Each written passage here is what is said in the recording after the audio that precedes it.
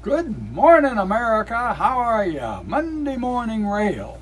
Hi, I'm Denny Jelsma, and I'm at the world famous Jacksonville Terminal Railroad Museum in beautiful Jacksonville, Florida, where the sun always shines and running trains is a pleasure. Today is Monday, and you know what we do on Monday? You guessed it, we do show and tell.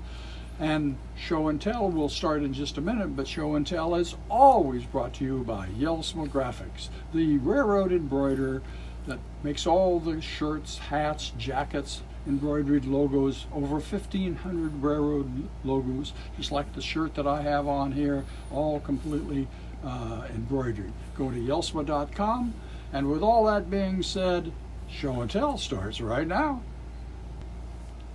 Show and tell starts right now. Every Monday morning we do show and tell at the Jacksonville Terminal Railroad Museum, and we've got a very exciting show today. But before I go there, we want to thank all the listeners that watched last week's show and tell, where we featured the CB&Qs, the Burlingtons, American Royal Zephyr. We had over 9,000 views in about 4 or 5 days on that video. And we just want to say thank you very much. And Greg Turn also did a nice show and tell on the center cab diesels, and he had a tremendous response. And both Richard New and Greg have their own 8x10 glossies, and they get a lot of requests to have people sign these glossies. They'll do it absolutely free, and they have such a response for wanting the pictures signed that they've limited that they will sign them every Monday morning from 6:30 in the morning until 6:40. So they'll be glad to do that absolutely free. And with all that being said, we're going to talk about a very exciting train, and it was called the Pioneer Zephyr.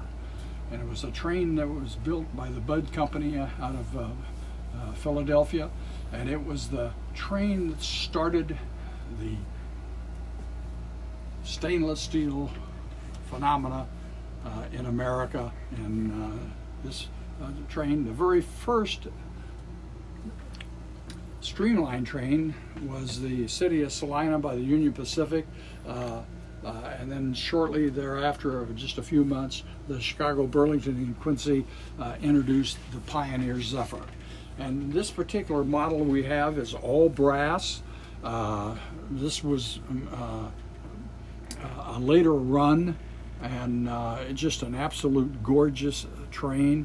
And it is depicted, it's a 4-car set. When the Burlington introduced this on May the 4th, 1934, at the Budd Company, it went on a 1-year tour of the United States, and they had just a tremendous volume of people that wanted to come and see this futuristic train. You got to remember, back in the 30s, we were in the middle of the Depression. There was no new equipment being made. There was just heavyweight cars, and they even cut back on washing a lot of the trains because the country was suffering at 25% unemployment rate. And so it was really hard times, and a lot of people just couldn't afford to ride the trains, so they tried to cut back everywhere you could imagine. And all of a sudden, here in the middle of the Depression, they bring this gorgeous passenger train out, stainless steel, and it was fast. And they even had a test run between Denver and Chicago, and did it in record time and hit over 100 miles an hour. And it was just a absolutely success. And it was just so futuristic train. And that the Pioneer Zephyr was the train that started the whole stainless steel phenomena that we got to enjoy for about 25 years. And so the model that I have here is a Challenger. It is the actually kind of a second run generation of passenger trains in HO, and this just a gorgeous train, Hallmark, and some of the other importers brought in earlier version, but when Challenger brought this train in the late 90s, 2000, they just went over the top, and it was really great. And you know, a lot of people will ask and say, how come you know so much about passenger trains? And I really am humbled by that, because I really don't, because I read books. And there are so many people that are in these historical societies that make and print books. And if you just read it, you could read the history of this particular train. And it's really very interesting. And so I highly recommend that whatever railroad that you are modeling, whether it's the Seaboard, the Atlantic Coastline, N&W, Pennsylvania, Union Pacific, they all have historical societies. And I highly recommend that you would join these historical societies, and they're very economical. I belong to about 10. Typical historical society dues is $25 to $30 a year, and you get 4 magazines, sometimes 6 magazines a year, and they have so much information, and they do a lot of publications of books. Now, this author is a member of the Burlington Historical Society, and the information they have in books like this is just absolutely unbelievable, and they're keeping alive the history. And so I highly recommend to buy railroad books. You could read it, and it's just great information, and then join your favorite historical society. It's just really a great value.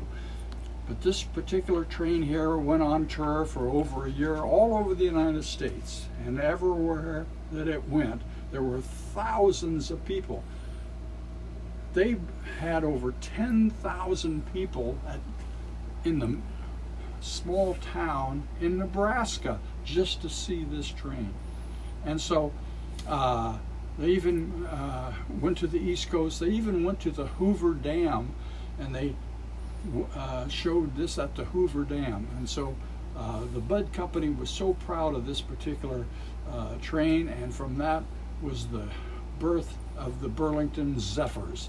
And the zephyr was a Greek word for God of the Western Wind, and it traveling, like I say, about 100 miles an hour, and it was very successful. They first put it in service, what they called the Mark Twain Zephyr in Missouri, and then they had the Twin Zephyr, and so this train was once again very popular, and everyone wanted to ride a Zephyr. And so that's what we have for show and tell, is my Pioneer Zephyr, and that's the way it is at the world famous Jacksonville Terminal Railroad Museum in beautiful Jacksonville, Florida, where running trains is an absolute pleasure.